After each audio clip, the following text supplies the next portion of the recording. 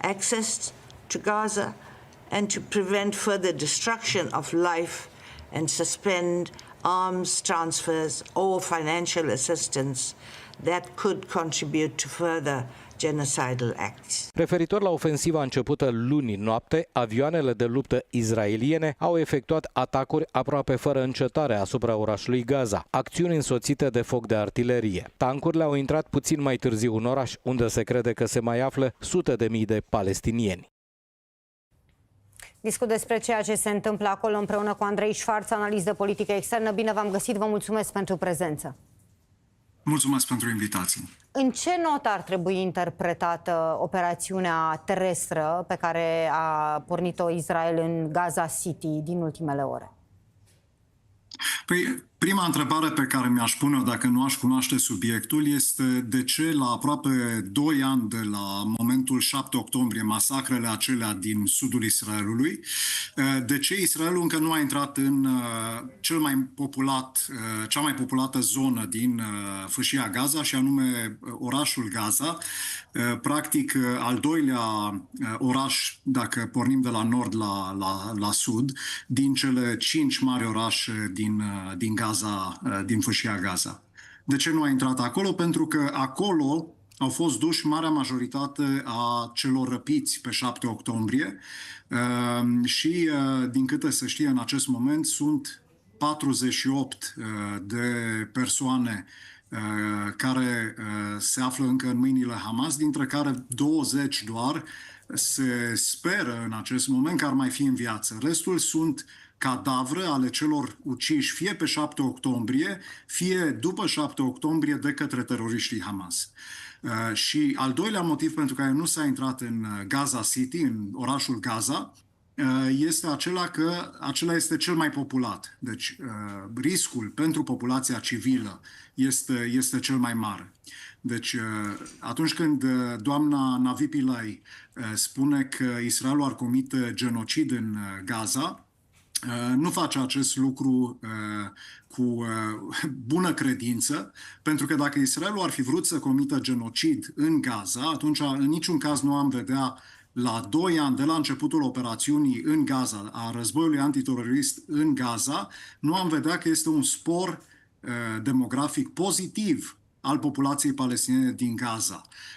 Nu vorbim de o scădere dramatică a populației de la 2.200.000 aproximativ de locuitori la, ce știu eu, la 2 milioane sau mai puțin, la 1 milion și ceva de locuitori. Nu. Este un spor demografic pozitiv în acea zonă și Israelul a aruncat, după cum am putut să aflăm, am văzut și imagini, nu știu dacă le-ați prezentat, a aruncat din elicoptere, din avioane, a aruncat petice de hârtie prin care a avertizat populația de câteva săptămâni de zile, dar și ieri, să părăsească orașul Gaza. S-au dat și telefoane populației palestiniene să se îndrepte către Mawasi, care este mai la sud, acolo unde armata israeliană a pregătit o zonă sigură, fără teroriști Hamas palestinieni, în care populația civilă, într-adevăr, să se refugieze, pentru ca Israelul să poată acționa în această ultimă enclavă, ultim bastion al teroriștilor Hamas, care a rămas în picioare, acolo unde se află în tuneluri cei despre care vorbeam, cei răpiți din Israel atunci pe 7 octombrie, se află acolo inclusiv corpul lui Inbal Haim, care este o nepoată a unei originare din România, care a fost omorâtă la festivalul de muzică împreună cu sute de alți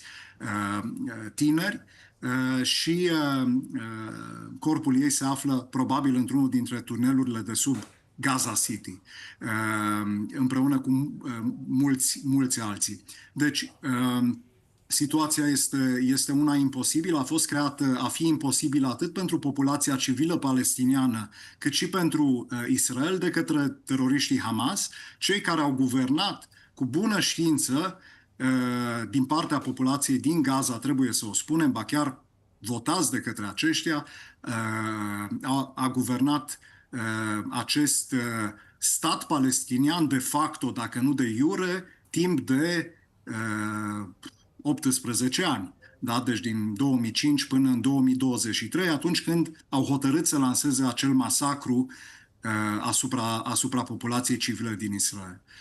Și din punctul meu de vedere, ceea ce vedem în Gaza după 7 octombrie, inclusiv intervenția cu boots on the ground, cu soldați în teritoriul Gazei, la circa 3 săptămâni după 7 octombrie și până în acest moment, este ceea ce, dacă lucrurile ar fi fost corecte pe lumea asta, s-ar fi întâmplat și cu teritoriul Rusiei după momentul februarie 2022, dacă armata ucraineană ar fi fost sprijinită suficient de mult și dacă ar fi avut puterea să respingă, nu doar să respingă atacul terorist al Rusiei asupra Ucrainei, ci și să meargă apoi și să încerce să înfrângă Rusia pentru ca să nu mai poată să repete atacul asupra Ucrainei încă o dată și încă o dată în viitor. Asta este ce vedem acum.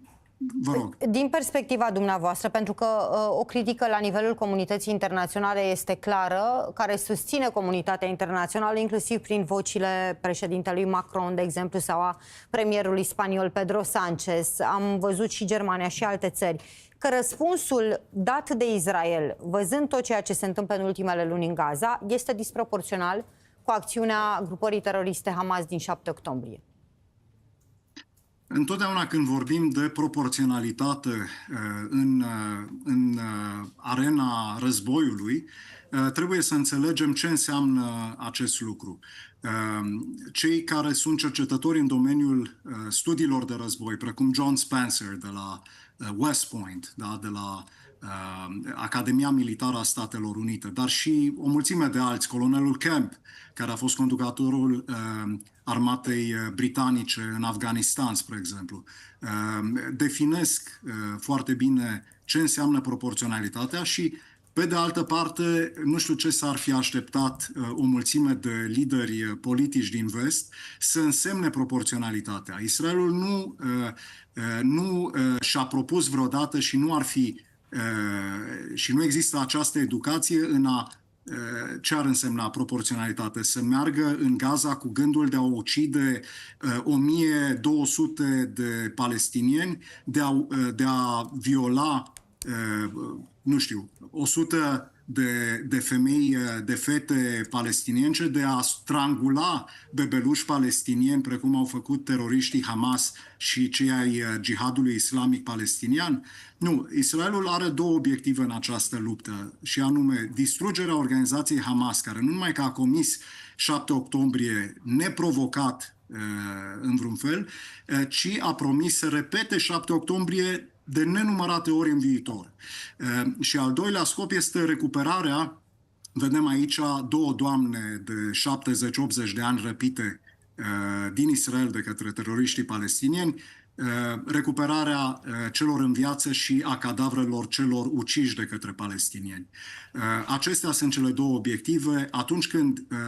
Atunci când armata lui Hitler a lansat atacuri blitzkrieg asupra teritoriului britanic, armata britanică împreună cu cea americană, atunci când după debarcarea din Normandia, nu și-au propus să lanseze de asemenea atacuri asupra populației civile din Germania, chiar dacă aceștia au sprijinit armata care a distrus Europa, armata germană, da? Ci și-au propus distrugerea capacității Germaniei naziste de a mai distruge în continuare țările libere ale Europei. Acesta este și scopul Israelului, iar comunitatea internațională nu este unită în ceea ce privește condamnarea Israelului. Vedem diversi lideri politici cu agende diverse, cu temeri diverse.